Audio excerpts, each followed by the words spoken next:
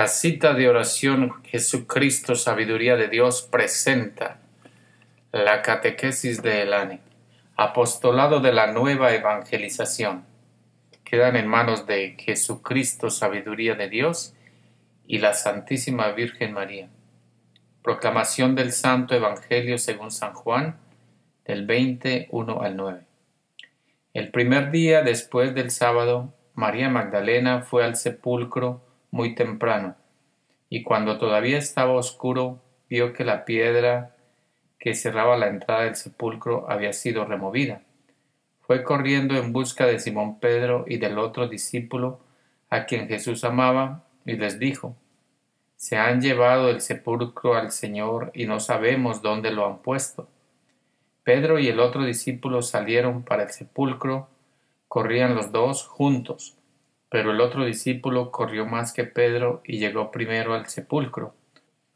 Como se inclinara, vio los lienzos tumbados, pero no entró. Pedro llegó detrás, entró en el sepulcro y vio también los lienzos tumbados. El sudario con que habían cubierto la cabeza no se había caído como los lienzos, sino que se mantenían enrollados en su lugar. Entonces entró también el otro discípulo, el que había llegado primero, y creyó, pues no había entendido todavía la Escritura. Él debía resucitar de entre los muertos. Esta es palabra de Dios. Te alabamos, Señor. Referencias para la mejor comprensión del Evangelio. En el Evangelio de este domingo de resurrección, vimos que fue la Magdalena la que no pudo esperar ni siquiera a que saliera el sol para ir a la tumba de su maestro. Fue al sepulcro muy temprano, cuando todavía estaba oscuro, nos dice San Juan. Sabemos que ella no habría podido ir el día anterior porque era sábado. Y los sábados hasta hoy en día, los judíos religiosos no pueden hacer prácticamente nada, respetando la ley. De tal suerte que María Magdalena acudió al sepulcro apenas le había sido posible, después de la sepultura realizada la tarde del viernes, con la ayuda de Nicodemo y José de Arimatea.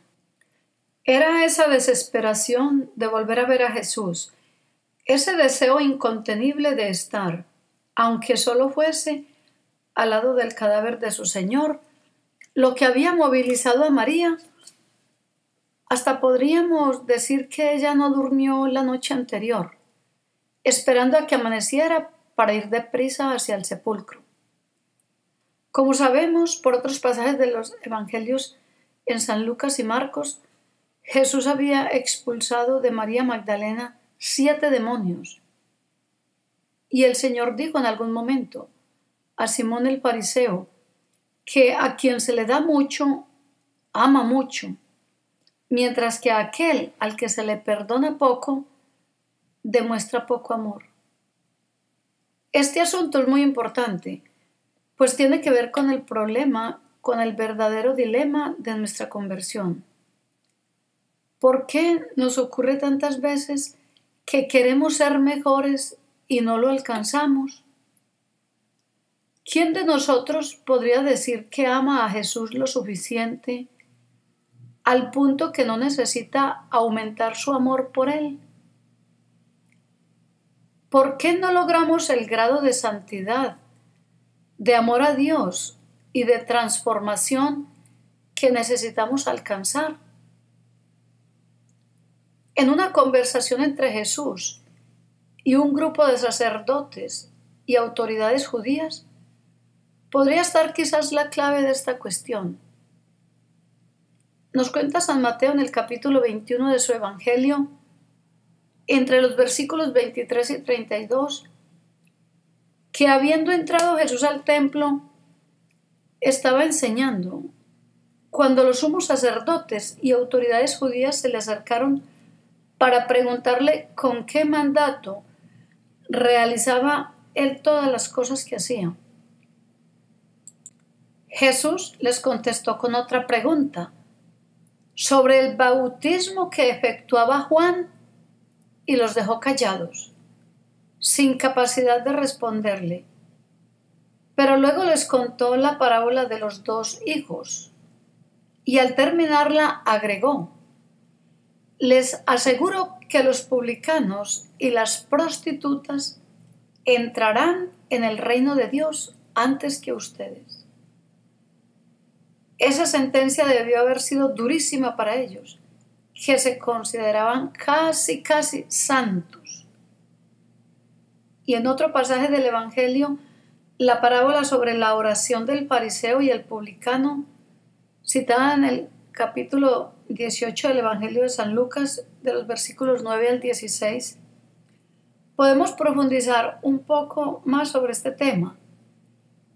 El evangelista inicia ese relato diciéndonos: Jesús dijo esta parábola por algunos que estaban convencidos de ser justos y despreciaban a los demás. ¿A dónde es que queremos llegar con estas citas? ¿Por qué traemos a cuento ahora estos 2 pasajes del Evangelio que parecerían no tener una relación directa con el que leímos el domingo?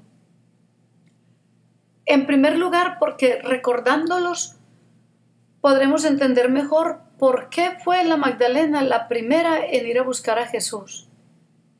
Y según nos dice San Juan, en los siguientes versículos también fue la primera en verlo resucitado. A ella se le había perdonado mucho y Jesús la había liberado de los demonios que la atormentaban. Por eso lo amaba tanto. En segundo lugar, porque acordándonos de estos pasajes, podremos ayudarnos a profundizar nuestra propia conversión, en la medida en que hagamos el esfuerzo por reconocernos verdaderamente pecadores ante el Señor y le dirijamos nuestra mirada siempre con humildad, partiendo de nuestra pobre y frágil realidad. Recordando la oración del fariseo y el publicano, veremos que el primero solo daba gracias porque se consideraba muy bueno, mientras que el otro recibió la gracia que viene de lo alto, porque se sentía indigno y pedía con humildad la misericordia de Dios. La resurrección de Cristo debe de ser para nosotros, antes que nada, una invitación para renacer a una vida nueva con Él.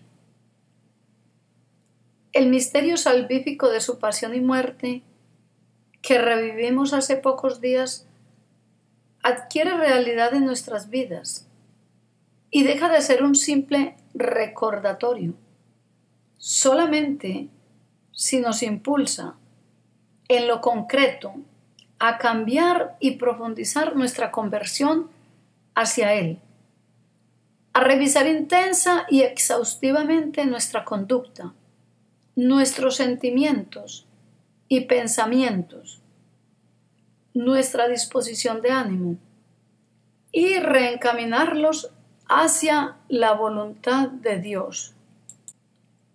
Porque el cambio es posible solo a partir del reconocimiento renovado de nuestra fragilidad, de nuestra flaqueza humana y del amor, la misericordia y el poder infinito de Dios, únicos recursos indispensables para cambiarnos.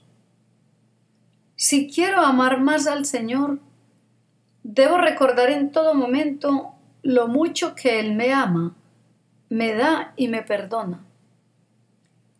A quien se le da mucho, ama mucho, mientras que aquel al que se le perdona poco, demuestra poco amor.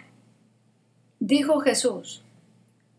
El punto entonces es reconocer cuánto me ama y me perdona Dios, para tener un espíritu humilde y agradecido, deseoso de agradar a su Señor en todo momento. Y volviendo al pasaje principal que leímos hoy, Qué grande habrá sido la sorpresa de la Magdalena cuando al llegar comprobó con angustia que la piedra que tapaba la entrada del sepulcro del Señor había sido removida. Tan grande fue que, sin esperar un instante, regresó corriendo para avisar a los apóstoles lo que había visto. Apenas escucharon la noticia, Pedro y Juan a su vez salieron corriendo para ver qué había ocurrido. Ese correr de ida y de vuelta, esa agitación que no deja respirar, esa desesperación de ella por contar lo que había encontrado y de ellos por comprobar la noticia transmitida por la Magdalena, refleja el amor que todos ellos sentían por el Maestro, que había estado viviendo día tras día en medio de ellos, entregándoles tantas pruebas de su amor y de sus cuidados.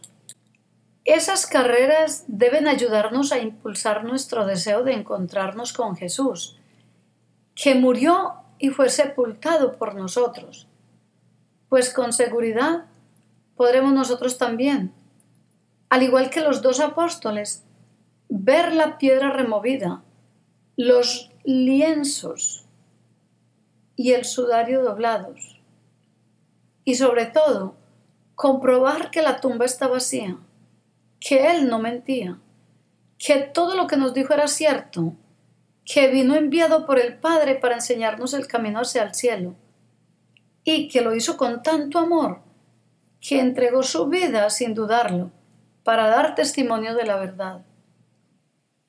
Después, los judíos dirán que alguien se había robado el cuerpo de Jesús, como nos cuenta el Evangelio. Pero pensemos nosotros en esto. ¿Qué ladrón, con la prisa y el miedo de ser descubierto, se tomaría el trabajo de quitar y doblar los lienzos y el sudario, y se llevaría el cuerpo desnudo, ya empezando a descomponerse? Es francamente absurdo. La tumba estaba vacía, significa que Él está vivo, que ya había vencido a la muerte, y que al vencerla demostró que es el Señor, el amo no solo de la vida, sino también de la muerte, y que todo, absolutamente todo, se concentra en Él, pues Él es el alfa y el omega, el principio y el fin, el patrón de todo y de todos, pues todo se rinde ante sus pies. Qué importante es recordar el poder supremo de Dios, una autoridad a la que ningún poder terreno puede hacerle sombra. Es importante tenerlo en cuenta, especialmente cuando el mundo nos lleva a pensar con tanta frecuencia que el dominio está en manos de unos pocos hombres que hacen lo que quieren y obtienen lo que desean. Pero todo eso es transitorio, inestable y pasajero. La victoria final es de Cristo resucitado, y es una victoria de la cual Él mismo nos permitió participar desde su encarnación en el seno purísimo de María. Al hacerse hombre, Jesús se hizo hermano del ser humano. Vino a revelarnos los secretos de Dios, pero además, Él mismo nos enseñó a hablarle a su Padre en la oración, a dirigirnos a Él llamándole Padre nuestro. Bautizándonos, Jesús nos concede la adopción de hijos de Dios. Muriendo por nuestros pecados, nos libera de la perdición y resucitando nos abre las puertas del cielo para que resucitemos un día junto a Él.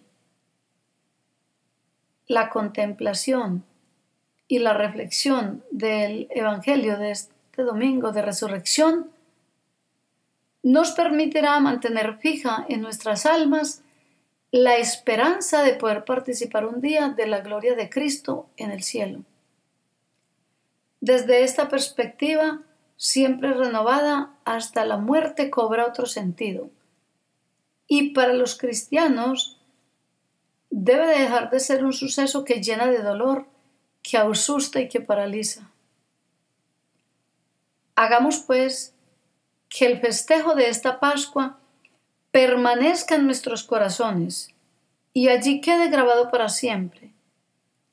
Recordemos que aquel que nos llama, nos espera, nos cuida, nos ama con ese amor divino, es Cristo resucitado, que vino a construir ya desde esta tierra el reino de la paz, del amor y de la verdadera unidad. Jesús resucitó cumpliendo su palabra y está sentado a la derecha del Padre. Esto quiere decir, no que está inmóvil y ajeno a nuestra vida diaria, sino que es el Señor de todas las cosas, porque todas las cosas fueron hechas por y para Él. Desde esa posición de dominio absoluto, vela por nosotros y escucha y atiende nuestras necesidades, y contempla con gozo cada una de nuestras pequeñas mejoras espirituales y materiales. No está sentado sin hacer nada, sino que participa de nuestra vida diaria. Teniendo en cuenta esta realidad del Cristo vivo y verdaderamente actuante, podremos gozar todos juntos de una auténtica, efectiva y feliz Pascua de Resurrección. A continuación, hermanos y hermanas, vamos a reflexionar sobre las preguntas para orientar esta reflexión del Evangelio. ¿Qué significa para mí, de manera muy personal, la resurrección del Señor? ¿En qué aspectos de mi vida debe llevarme a cambiar la realidad de un Cristo vivo que me ama con amor infinito? ¿Tengo realmente en este momento el impulso para vivir esta Pascua e iniciar una nueva vida en Cristo? Más allá de lo que me dicen las Escrituras, en mi vida concreta, ¿qué es lo que me lleva a creer que Jesús está vivo? ¿Cómo podré compartir con mis hermanos, con mi familia, con mis vecinos y amigos, el gozo de esta Pascua, de ese tránsito, de ese paso de la muerte a la vida, del hombre viejo al hombre nuevo, renacido en Cristo? Ahora vamos a meditar en las concordancias del Evangelio con el Catecismo de la Iglesia. Esta semana vamos a estudiar el canon número 656, 657 y 640 y el 849. El canon 656 nos dice: la fe en la resurrección tiene por objeto un acontecimiento a la vez históricamente atestiguado, certificado por los discípulos, que se encontraron realmente con el resucitado, y misteriosamente trascendente en lo que se refiere a la entrada de la humanidad de Cristo en la gloria de Dios. Y el canon 657 nos dice: el sepulcro vacío y las vendas en el suelo significan por sí mismas que el cuerpo de Cristo ha escapado, por el poder de Dios, de las ataduras de la muerte y de la corrupción. Estos signos visibles preparan a los discípulos para su encuentro con el resucitado. Y el canon 640.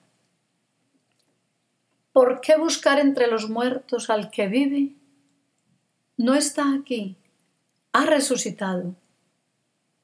En el marco de los acontecimientos de Pascua, el primer elemento que se encuentra en el sepulcro vacío. no es en sí una prueba directa. La ausencia del cuerpo de Cristo en el sepulcro podría explicarse de otro modo, como sugieren los judíos, diciendo que alguien se robó el cadáver de Jesús. A pesar de eso, el sepulcro vacío ha constituido para todos un signo esencial. Su descubrimiento por los discípulos fue el primer paso hacia el reconocimiento del hecho de la resurrección. Es el caso, en primer lugar, de las santas mujeres, María Magdalena, Juana y María, la de Santiago, entre otras, después de Pedro.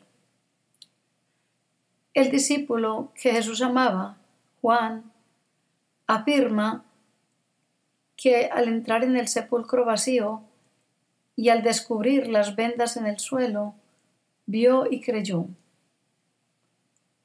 Eso supone que comprobó en el estado del sepulcro vacío que la ausencia del cuerpo de Jesús no había podido ser obra humana y que Jesús no había vuelto simplemente a una vida terrenal, como había sido el caso de Lázaro. Y por último, el canon 849 nos dice: el mandato misionero, la Iglesia enviada por Dios a las gentes para ser sacramento universal de salvación, por exigencia íntima de su misma catolicidad, obedeciendo al mandato de su fundador, se esfuerza por anunciar el Evangelio a todos los hombres. Vayan pues y hagan que todos los pueblos sean mis discípulos. Bautícenlos en el nombre del Padre y del Hijo y del Espíritu Santo. Y enséñenles a cumplir todo lo que yo les he encomendado a ustedes. Yo estoy con ustedes todos los días hasta el fin de la historia. Y ahora vamos a reflexionar con la Gran Cruzada. Libro de inspiración de nuestro Señor Jesucristo a nuestra fundadora del ANE, la señora Catalina Rivas. Viví haciendo el bien, morí blasfemado, resucité glorioso y esperé para esto el tercer día, al fin de que me creyesen verdaderamente muerto y realmente resucitado. Y vamos a recordar la virtud del mes de abril, que es la virtud de la castidad. Y en el Catecismo de la Iglesia Católica, en el canon 922, 1632, 1832, 2337 al 2346, podemos encontrar todo lo relacionado sobre la castidad. Pero esta semana veremos el canon 1632, que dice lo siguiente: para que el sí de los esposos sea un acto libre y responsable, y para que la alianza matrimonial tenga fundamentos humanos y cristianos sólidos y estables, la preparación para el matrimonio es de primera importancia. El ejemplo y la enseñanza dados por los padres y por las familias son el camino privilegiado de esta preparación. El papel de los pastores y de la comunidad cristiana como familia de Dios es indispensable para la transmisión de los valores humanos y cristianos del matrimonio y de la familia. Y esto con mayor razón en nuestra época, en la que muchos jóvenes conocen la experiencia de hogares rotos que ya no aseguran suficientemente esta iniciación. Los jóvenes deben ser instruidos adecuada y oportunamente sobre la dignidad, tareas y ejercicio del amor conyugal, sobre todo en el seno de la misma familia, para que educados en el cultivo de la castidad puedan pasar a la edad conveniente de un noviazgo vivido honestamente al matrimonio. Y la Gran Cruzada nos dice: la primera y más esencial virtud es el amor. Donde él reina, florecen todas las otras virtudes, porque de él esperan alimento continuo la castidad, humildad, fortaleza, justicia. Sería bueno cultivar la planta más grande para tener las otras pequeñas plantas. En cambio, cultivar las pequeñas y olvidar la grande es un error craso. Y para ya terminar nuestra casita de oración, vamos a leer los propósitos semanales. Con el Evangelio, trataré de reflejar en mi casa y en mi comunidad mi alegría y mi fe por la resurrección de mi Señor. Y con la virtud del mes, que es la castidad, haré el ejercicio de tener en mi mente y en mis actos a Jesús presente todo el tiempo, para poder transmitir en mi familia el amor de Dios. A todos, feliz Pascua de Resurrección, que los Sagrados Corazones de Jesús y de María nos den su santa bendición, en el nombre del Padre, del Hijo y del Espíritu Santo. Amén.